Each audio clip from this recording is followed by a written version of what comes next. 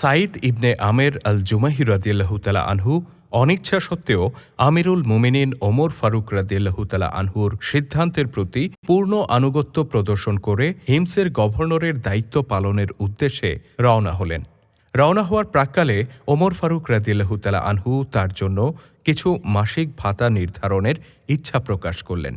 সাঈদ রাদিয়াল্লাহু তাআলা আনহু একথা শুনে বললেন, হে আমিরুল মুমিনিন, সাধারণ নাগরিক হিসেবে আমি যে ভাতা পাচ্ছি তাই আমার জন্য যথেষ্ট। এর বেশি কিছু দিয়ে আমি কি করব? সাঈদ ইবনে আমের আল জুমাহি রাদিয়াল্লাহু তাআলা আনহু অত্যন্ত সুচারুরূপে এবং দক্ষতার সাথে হিমসের গভর্নরের দায়িত্ব পালন করতে থাকেন। কিছুদিন পর সেখানকার একটি বিশ্বস্ত প্রতিনিধি দল ওমর ফারুক রাদিয়াল্লাহু তাআলা আনহুর সাথে মদিনায় সাক্ষাৎ করেন। আমিরুল মুমিনিনের সাথে তাদের গুরুত্বপূর্ণ আলাপ আলোচনা হয়। আলোচনার এক পর্যায়ে ওমর ফারুক রাদিয়াল্লাহু তাআলা আনহু প্রতিনিধি দলের কাছে হিমসের অভাবগ্রস্ত লোকেদের একটি তালিকা চান, যাতে তাদের প্রয়োজনীয় আর্থিক সহায়তা দান এবং সামাজিকভাবে প্রতিষ্ঠা করা যায়। প্রতিনিধি দল খলিফার নির্দেশ মতো একটি তালিকা প্রস্তুত করে তার নিকট পেশ করেন।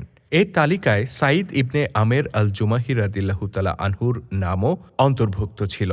ওমর ফারুক রাদিয়াল্লাহু তাআলা আনহু সাঈদ ইবনে আমেরের নাম দেখে প্রশ্ন করলেন, কে এই সাঈদ ইবনে আমের? উত্তরে তারা বললেন, তিনি আমাদের গভর্নর। একথা শুনে ওমর ফারুক রাদিয়াল্লাহু তাআলা আনহু অত্যন্ত আশ্চর্যান্বিত হলেন এবং আবার প্রশ্ন করলেন, আপনাদের গভর্নর কি অভাবী? তারা বললেন, নিশ্চয়ই, আল্লাহর শপথ, আমরা সাক্ষ্য দিচ্ছি যে আমাদের গভর্নরের পরিবারে দিনের পর দিন এমনও অতিবাহিত হয় যখন তাদের রান্না করার কিছুই থাকে না এবং চুলায় আগুনও জ্বলে না।